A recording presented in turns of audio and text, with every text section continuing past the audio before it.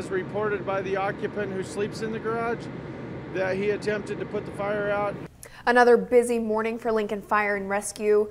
Good evening, everyone, and thank you for joining us. Crews spent several hours battling the fire early this morning. And we spoke to the person who called 911. Channel 8 Eyewitness News reporter Rachel Miner has more details in our top story tonight. Rachel?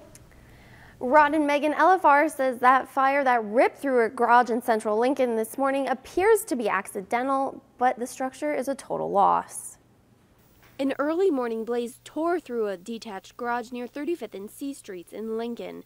Fire crews were called to the scene around 3:30 Monday morning when a neighbor says her dog alerted her something was wrong.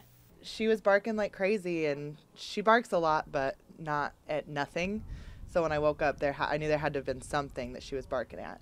Brittany saw smoke pouring from the garage across the street and called 911. The fire had already burning for quite some time when LFR arrived on the scene. It had a fairly significant head start on us, as reported by the occupant who sleeps in the garage, that he attempted to put the fire out. One member of the family used the garage as a residence and slept out there.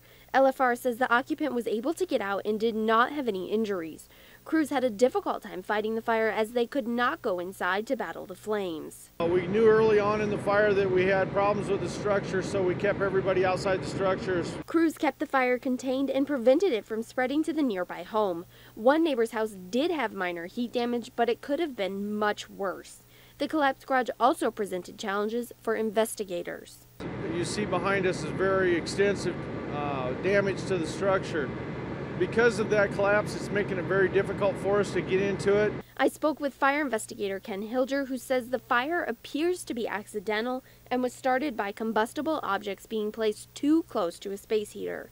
Damage to the garage is estimated to be around $75,000.